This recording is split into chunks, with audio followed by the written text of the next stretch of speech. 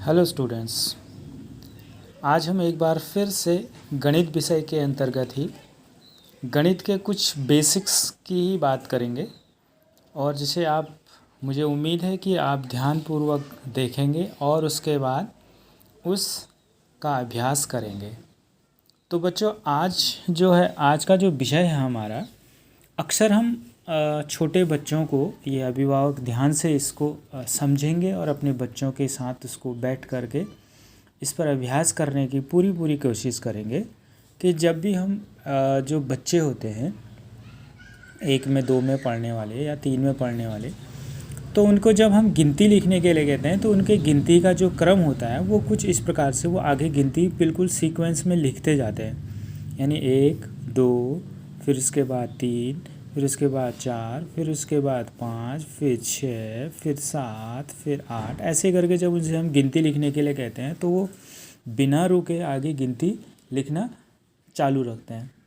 लेकिन जब हम उनसे गिनती के बाद क्या आएगा, यानी 8 के बाद क्या आएगा या 12 के बाद क्या आएगा या 12 से पहले क्या आएगा, जब इस तरीके से जब उनसे हम पूछते हैं तो उसको बताने में वो सक्षम नहीं हो पाते या वो उनकी समझ में नहीं आता।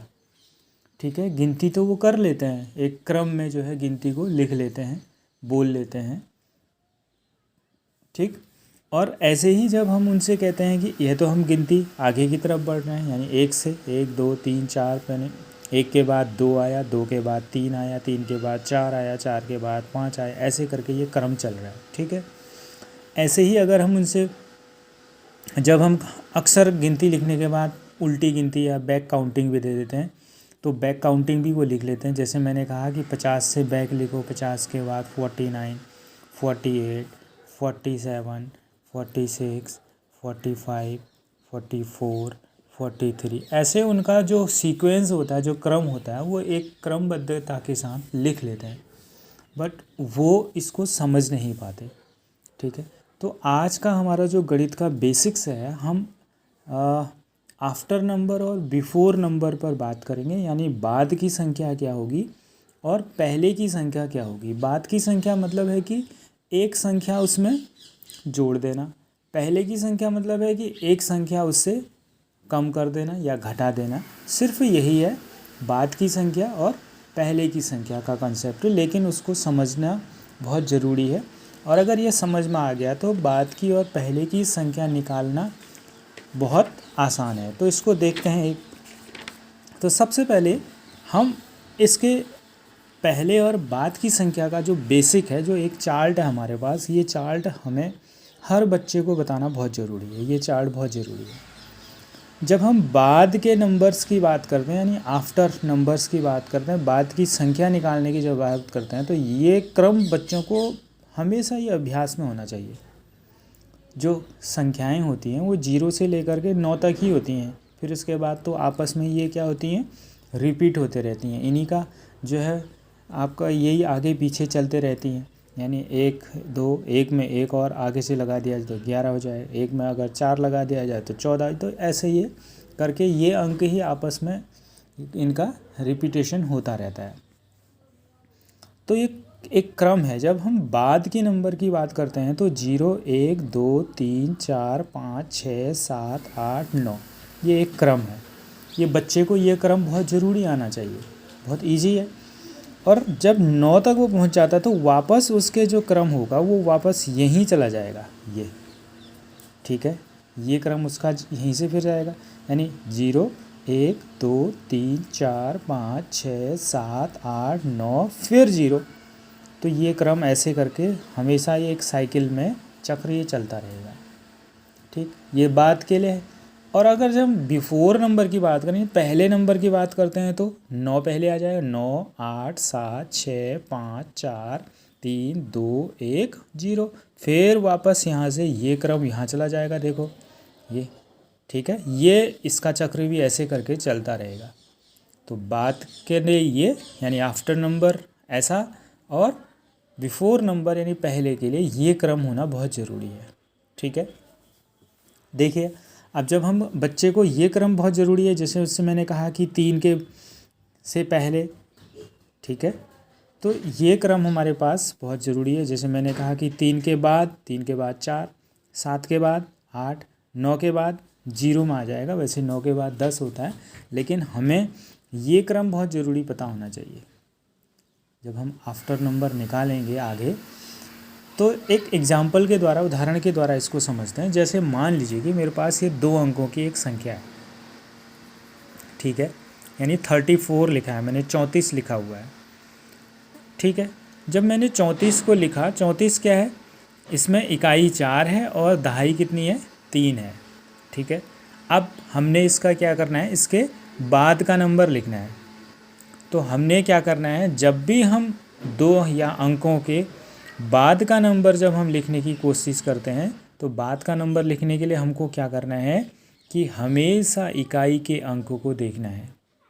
इकाई के अंक कितना है, 4 है। तो इसका मतलब है कि जब हम 4 के बाद का नंबर लिखेंगे, देखो यहाँ पर मैंने 4 बताया था, बाद की संख्या है, तो 4 का बाद का नंबर कितना है, 5 है, ठीक है। तो मैं यहाँ पर क्या कर दूँगा, यहाँ पर मैं 5 लिख दूँगा, देखो ये 5, और जो दहाई का अंक है उसको वैसे ही उतार दूँगा। समझ में आ गया बच्चों? यानी इकाई, सबसे पहले हमने बाद की संख्या लिखने के लिए किसको देखना है, या पहले की संख्या लिखने के लिए भी हमने हमेशा पहले इकाई के अंक को ही देखना है, ठीक है। ये आपका 4 के बाद 5, और ये ऐसे ही उतर जाएगा। ऐसे ही एक और उदाहरण देखते हैं हम। देखो, जब यहाँ पर 39 लिखा है, तो इसमें इकाई का अंक कितना है, 9 है। इसको ध्यान से देखिएगा। देखो, अब अगर किसी संख्या में बाद का नंबर निकालते समय अगर इकाई का अंक 9 है, तो उसके दोनों अंकों को हमें ध्यान में रखना है, ठीक है। दोनों अंकों के बाद का नंबर हमें लिखना पड़ेगा, ठीक है। जैसे 9 है, तो 9 के बाद की संख्या क्या होती है, 9 के बाद की संख्या, देखो हम फिर वापस जाएंगे, 9 के बाद की संख्या कितनी आई, 0 आई। तो इसका मतलब है कि हम यहाँ कितना लिख देंगे, 0 लिख देंगे। और 3 के बाद कितना आता है, 4, यानी 39 के बाद की जो संख्या होगी वो कितनी होगी, 40 होगी। देखो, एक और एग्जांपल, इसी का एक और एग्जांपल हम करते हैं। मान लीजिए कि मेरे पास एक नंबर है 59, यहाँ पर इकाई और दहाई। इकाई कितनी है हमारी, 9 के बाद क्या आता है, ये 0 आता है ना, बाद का नंबर। 5 के बाद क्या आता है, 6, यानी 59 के बाद जो नंबर आएगा वो कितना आएगा, 60 आएगा, ठीक है। तो ये हमें ध्यान में रखना है, जब हम बाद की संख्या जब निकाल रहे हैं, अगर इकाई का अंक 9 है, तो हमें दोनों अंकों को ध्यान में रखना है। समझ में आया आपके? दोनों अंकों को ध्यान में रखना है। इसके बाद आगे देखते हैं। देखो, एक और एग्जांपल यहाँ लिखा है, इकाई में 0 है, तो 0 के बाद क्या आता है, देखो यहाँ 0 के बाद 1 आता है, तो हम सीधे सीधे 0 के बाद 1 लिख दें और 8 को ऐसे ही उतार देंगे।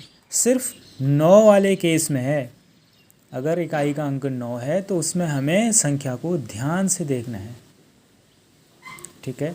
उसके बाद आगे यहाँ 35 है। देखो, अब ये तो बाद की नंबर्स थी। अब अगर मैं इन्हीं अंकों में पहले का नंबर भी बिल्कुल सेम वही है। अभी तक हम बाद का नंबर लिख रहे थे। जैसे मान लीजिए कि यहाँ पर 35 है, 35 यानी 5 का पहले का नंबर लिखना है हमने। तो देखो यहाँ पर बिफोर चार्ट में हम पहले का नंबर, हमारे पास ये 5 है। देखो, 5 से पहले क्या आना है, 4 आना है। तो इसका मतलब है कि यहाँ हम क्या लिख देंगे, 4 लिख देंगे और इसको ऐसे ही छोड़ देंगे और ऐसे ही चलेंगे।